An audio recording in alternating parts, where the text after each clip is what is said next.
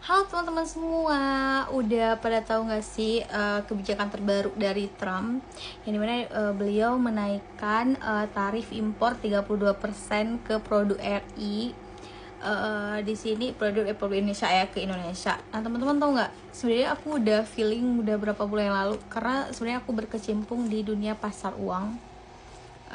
Aku main di saham juga, saham Indonesia juga, saham Amerika juga, terus aku main di kripto juga, aku main di reksadana juga, aku main di emas juga. Jadi kayak aku investasi di banyak tempat gitu. Jadi tapi emang so far yang paling banyak itu di kripto, kayak hampir 60%. Khususnya di Bitcoin ya, ada juga di koin yang lain, tapi khususnya di Bitcoin yang paling banyak. Jadi kayak mulai ngerasa kayak ini udah mulai nggak aman gitu. Kenapa aku bisa feeling kayak gitu? Terus kayak dalam 2 bulan ini kayak semua pasar di situ pada turun semua, kayak kripto nih, kripto Bitcoin. Kita bilang Bitcoin yang sangat fenomenal aja tuh turun 17% kalau nggak salah aku. Dalam berapa bulan ini dia 17% turun. Terus saham-saham juga kayak BBRI, terus kayak pokoknya saham-saham besar, saham-saham bank besar, BRI, BNI, pokoknya semua turun, termasuk BCA teman-teman. Yang pada dimana kalian tahu BCA itu salah satu produk saham yang paling besar di Indonesia. Dia kayak misal kalau di Amerika itu dia kayak Apple sekelas itulah, yang mana dia trafiknya naik gitu kan. Terus kayak aku lihat juga, aku juga invest di saham Amerika, terus dia juga turun banget ya teman-teman. Per hari ini aku udah turun berapa ya, aku lumayan banget. Terus ya teman-teman, di saham Indonesia aku malah udah turun 40% kalau nggak salah. Jadi kayak gede banget, malah itu jadi ngewanti-wanti bentar lagi kayak bakal terjadi resesi sih kalau menurut aku ya. Terus ataupun bakal terjadi plot twist sih dalam beberapa tahun ini kayaknya ya, kayak teman-teman. Karena kalau misalnya Trump yang menjabat itu memang agak sangat surprise gitu. Dia punya pikiran-pikiran yang sangat-sangat berbeda dengan orang pada umumnya. Jadi kayak banyak plot twist, banyak hal-hal yang gak terduga terjadi. Makanya orang-orang mulai saving money, jadi kayak bener-bener di save uang secara real. Terus juga kayak bener-bener beli emas kan, kalian teman-teman lihat kan, emas tuh naik sangat-sangat tinggi, itu hampir 100% dari Maret 2024 ke 2025. Dalam setahun ini hampir 100% naik, karena waktu terakhir tuh kayak 900 gitu per gram, terus kan kayak 1.800.000 gitu kalau salah ya. Tapi dia masih naik turun ya, masih terupdate, tapi ya naik turunnya kayak 20.000, 30.000 gitu.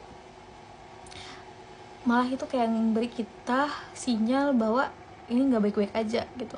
Bukan kita aja, kayak seluruh dunia juga nggak baik-baik aja. Buktinya negara yang cukup besar gitu kayak Amerika, yang negara adidaya ya, dia juga sedang kalang kabut teman-teman, sedang kalang kabut. Aku ngerasa sendiri sebagai aku yang punya saham di sana ya, walaupun dikit ya teman-teman, tapi lumayan sih.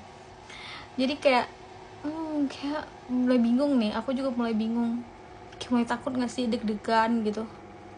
Kayak apa yang bakal terjadi ke depan, apa plot twistnya, terus apa kejutan-kejutannya gitu. Kita doakan semoga semuanya berjalan dengan baik. Jadi saran aku buat teman-teman, simpan uang kalian, jangan terlalu spending untuk hal-hal yang tidak penting. Simpan uang kalian, karena kita nggak tahu dalam tahun ini atau tahun ke depan bakal terjadi apa. Tapi untuk saat ini memang sinyalnya nggak bagus teman-teman, nggak bagus. Ini kita baru bilang sinyal ya, sinyal secara umum, belum lagi kita bilang secara AI-nya yang udah mulai masuk pelan-pelan ke dunia industri, dimana nanti bakal banyak PHK juga gitu. Jadi tetap saving sebanyak-banyaknya, terus tetap pelajari, tetap ikuti informasi. Jadi nggak usah terlalu apa ya, tapi nggak usah terlalu takut juga gitu. Nggak usah terlalu takut juga, tapi memang harus diperhatikan. Itu teman-teman, aku juga nggak tahu sih ini bakal arahnya kemana, cuma kayaknya memang nggak bagus banget. Aku malah yang kemarin-kemarin tuh dari 2024 kalau nggak salah aku, orang-orang pada bilang kayaknya bakal bagus di 2025, ternyata enggak gitu. Dan kejatuhannya itu bener-bener sangat dalam gitu, di luar prediksi gitu. Yang biasanya paling jatuh 5% nih bisa jatuh 50%. Aku malah banyak jatuhnya. Gitu sih. Gimana sih kalau menurut kalian, apa sebenarnya baik-baik aja? Terus kalau misalnya kayak tadi Aceh kan mayoritas petani ya, apa itu berdampak atau enggak? Tapi kan kalau misal tarif impornya dikenakan, terus nanti juga akan berpengaruh ke ekspor juga, kayaknya sih sedikit, kecuali memang pemerintahnya pintar mengelola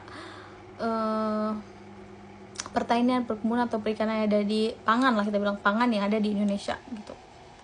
Gimana sih menurut kalian? Kalian sadar gak sih kalau misalnya semuanya lagi gak baik-baik aja? Itu sih dari aku. Terima kasih. See you, bye-bye. Assalamualaikum.